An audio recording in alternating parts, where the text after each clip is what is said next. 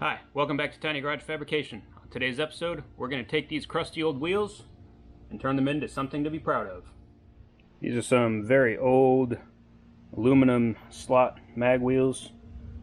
Very crusty. They've got some rash on them. They've got some disgusting growths. I don't know what all this stuff is. Definitely not preferable. A lot of oxidation. Just a lot of disgustingness. So, let's make them better. First step here is to remove any major blemishes or nicks. I'm using a brown coarse surface conditioning disc. This makes short work out of getting some of these scratches out without having to apply too much pressure. Now, the lip had decades worth of scratches from tire machines, so a light grinding of those gets that out.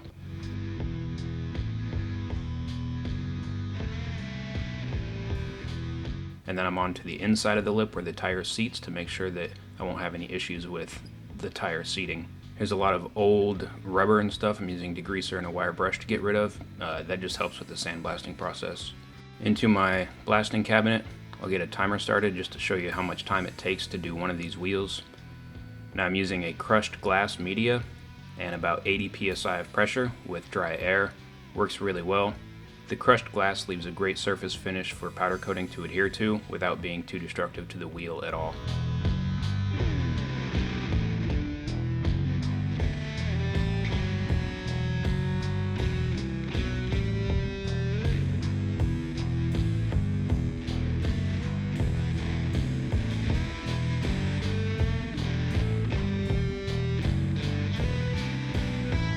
Now this process took quite some time, as you can see.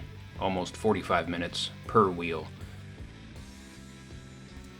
This is where things get fun. I switched to a fresh surface conditioning disc so that I can apply a little bit of texture to the wheel without getting any contamination in my freshly blasted aluminum.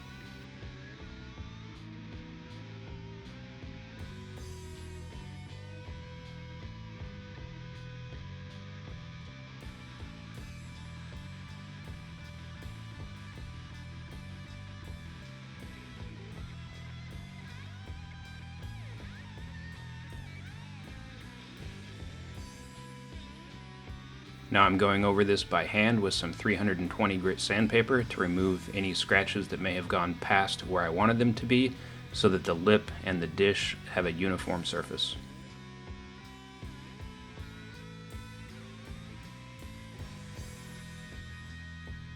Now to wipe everything off with acetone and a microfiber towel to get all the aluminum dust off of there, as well as any grease or anything else that's on it.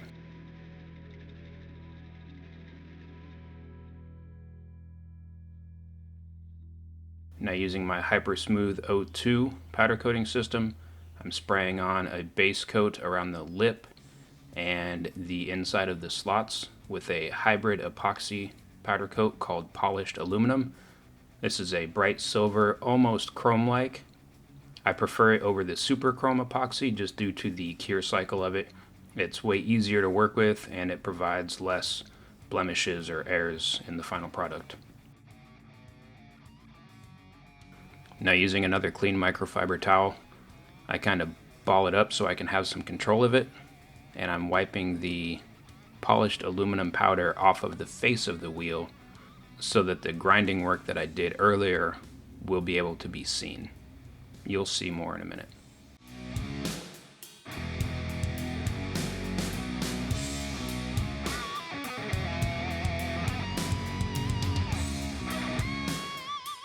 After collecting some powder on the microfiber towel, I simply blow it off with a air gun and keep working.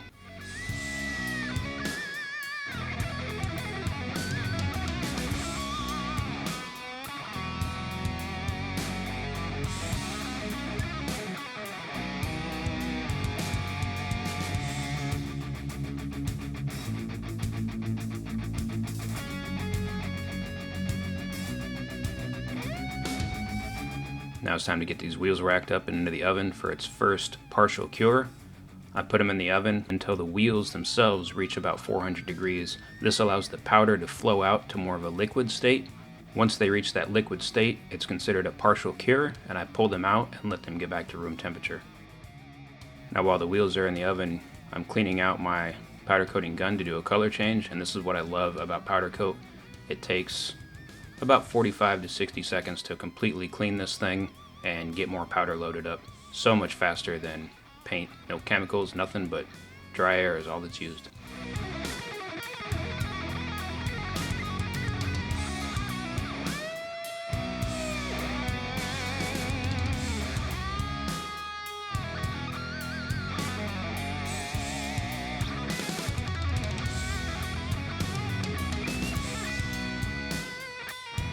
The wheels are up to temp, so let's pull them out of the oven and get our first look at that polished aluminum.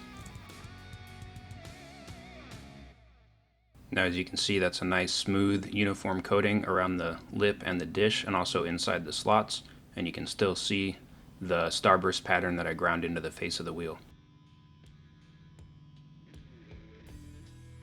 Now it's time to spray the main base coat on. This is a transparent polyester powder coat, and the transparent will allow everything underneath to show through, making sure to get good spray on the inside lip where the tire will attach to, and that'll give you a good smooth surface for a good seal to make sure I don't have any leaks. Now I'm using the air gun to spray off where the wire goes. Now that's important in later steps in order to ensure that I have good grounding. Now one more major piece here that a lot of people might overlook is wiping the powder off of the wheel mounting surface.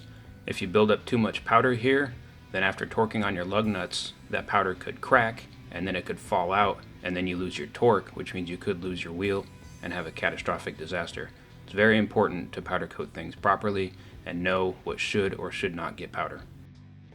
Now the wheels have been in the oven to get up to 400 degrees again for another partial cure, this time of the transparent color. I'm going to pull them out, set them aside to get back to room temperature, and we'll get the final coat of powder applied.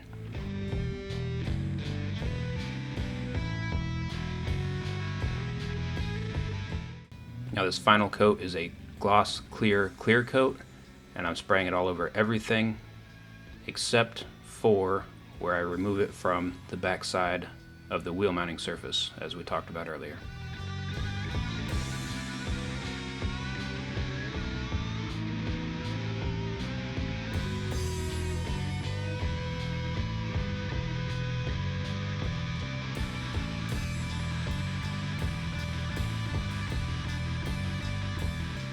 All cleaned up, back into the oven for a final cure. This is where I finally will take it to a time and temperature specified, and we'll talk about that here in a little bit towards the end of the video.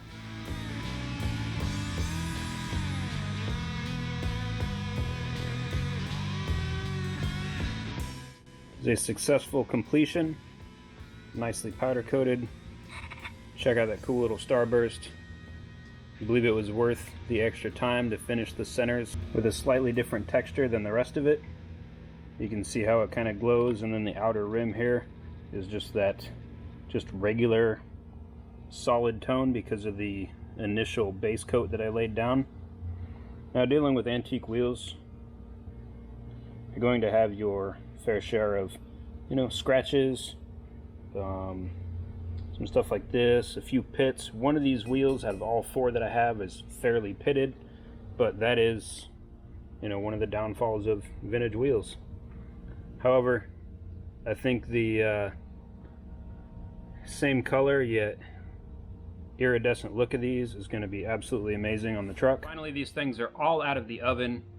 All the different colors are done. Let me give you a quick rundown of what I did. I did a base coat of polished aluminum, and I made sure that none of that went on the ground portion. It did, however, get inside the slots and on the lip and the rim right here. And then anything that went through to the back, it went onto the back. I wasn't really worried about the finish in there because honestly, it's like the back side of the wheel. It's just gonna get grungy, so not that important for me. I threw it in the oven. I took the entire wheel up to 400 degrees, and that flowed out the polished aluminum powder. Then I pulled it out, waited for it to cool down to room temperature or a little above room temperature. I put it back in the booth, and then I sprayed this color, which is called Monaco Copper.